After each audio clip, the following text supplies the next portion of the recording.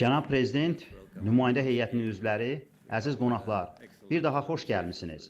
Biz müxtəlif məsələlər ətrafında Cənab Prezidentlə əla müzakirəmiz oldu və işimizi nümayəndə heyətləri ilə birgə davam etdirdik.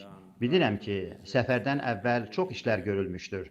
O cümlədən hökumətlərarası komissiyanın iclası çox uğurla keçirilmişdir. Həmçinin əminəm ki, bugün keçiriləcək biznes forum birgə işin aparılmasına olan qarşılıqlı maraq əsasında yaxşı nəticələr verəcək. Təbii ki, aramızda çox yaxşı siyasi əlaqələr mövcuddur. Bugün onlar bir daha təsdiqləndi. Ticarət və qarşılıqlı sərmayələri artırmaq, energetika, daşımalar, rəqəmsallaşma və burada Azərbaycanda fəal şəkildə təşviq etdiyimiz bütün sahələrə aid olan məsələləri həll etmək məqsədi ilə əməkdaşlığımıza dair praktiki məsələləri nəzərdən keçirməliyik. Əlbəttə, biz regionumuzda siyasi hadisələri geniş şəkildə müzakirə etdik və Cənab Prezidentlə həmin müzakirəni davam etdirəcəyik.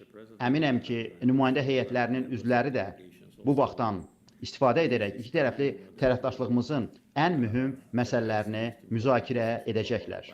Mən dəvətimi qəbul etdiyinə görə Cənab Prezidentə olduqca minnətdaram, onu yenidən görməyimə çox şadam. O, əvvəlki vəzifəsində olarkən Bakıda dəfələrlə olub.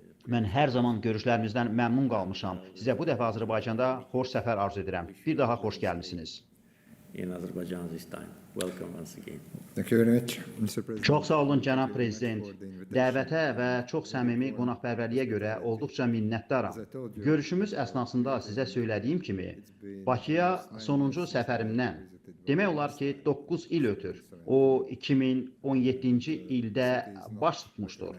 Şəhəri tanımaq olmur. Düşünürəm ki, bu vaxta qədər gördüyümüz inkişaf böyük təəssürat bağışlayır. Mən sizi və Azərbaycan xalqını həm siyasi, həm iqtisadi inkişaf, eləcə də uzun çəkən məsələnin həlli münasibəti ilə təbrik etmək istəyirəm. Haqlı olaraq qeyd etdiyiniz kimi, təkbətək görüşümüzdə Yaxın Şərqdə və Avropada siyasi hadisələrə, regional təhlükəsizliyə aid bir sıra məsələləri artıq müzakirə etdik. Təsdiqləmək və bir daha vurğulamaq istədiyim məqam odur ki, Latviya Azərbaycanı strateji tərəfdaş və dost hesab edir. Siyasi və iqtisadi əməkdaşlığımızın real dəyərini görürük. Nümayəndə heyətimdən gördüyünüz kimi, hətta ikinci cərgədə çox təmsilçilərimiz var. Nümayəndə heyətini ixtisar edə bilmirdim, çünki hamı burada olmağa, çox praktiki məsələləri müzakirə etməyə maraq göstərir. Mən həmçinin hökumətlər arası komissiyanın işini alqışlamaq istəyirəm.